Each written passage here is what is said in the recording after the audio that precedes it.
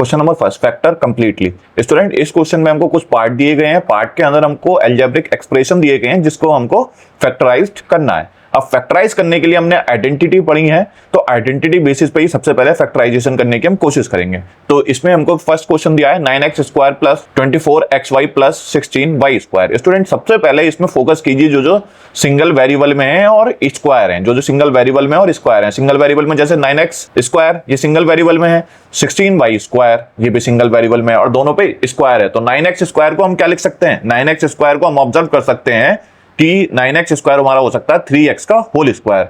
इसी तरीके से 16y स्क्वायर को हम क्या ऑब्जर्व कर सकते हैं, 16y स्क्वायर को हम लिख सकते हैं 4y का होल स्क्वायर। ठीक है, अब a स्क्वायर b स्क्वायर तो मिल गए, हमें a square plus b square तो मिल गए। अब हमें क्या बनाना है, प्लस 2ab अगर हम बना लें तो हमारा ये आइडेंटिटी बन जाएगी a प्लस b के होल स्क्वायर की, यानी कि 24xy को हम डिवाइड कर दें 2 मल्टीप्लाई a मल्टीप्लाई b में। a क्या है हमारा 3x और b क्या है हमारा 4y।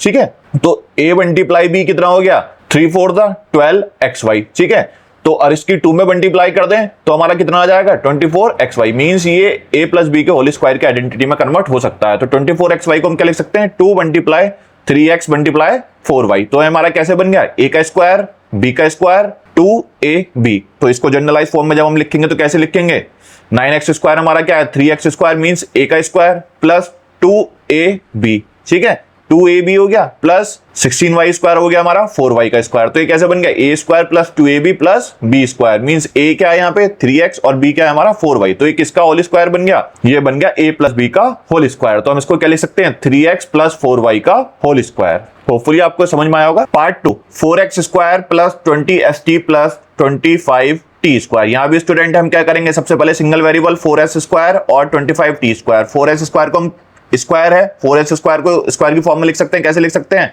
2s का होल स्क्वायर और 25t स्क्वायर को भी हम होल स्क्वायर की फॉर्म में लिख सकते हैं। कैसे लिख सकते हैं 5t का होल स्क्वायर। ठीक है, तो a पता लग गया, b पता लग गया। अब a की b में मल्टीप्लाई करके देखो तो 2 5 10 st। ठीक है, 2 5 10। अब 10 की 2 में मल्टीप्लाई करेंगे तो 20 st आ जाएगा। मींस ये 2ab की फॉर्म में कन्वर्ट हो सकता है। तो 20 st को हम क्या लिख सकते हैं 2 मल्टीप्लाई 2s मल्टीप्लाई 5t। ठीक है, अब इसको जनरलाइज फॉर्म में लिखा तो 4s स्क्वायर हमारा हो गया 2x का होल स्क्वायर प्लस 20st हमारा क्या हो जाएगा 2 multiply 2s multiply 5t plus 25t square को लिख सकते हैं प्लस 5t का होल स्क्वायर। तो a square plus 2ab plus b square, ये किसका बन गया a प्लस b का होल स्क्वायर। a क्या है 2s, b है हमारा 5t, तो क्या बन जाएगा 2s प्लस 5t का होल स्क्वायर।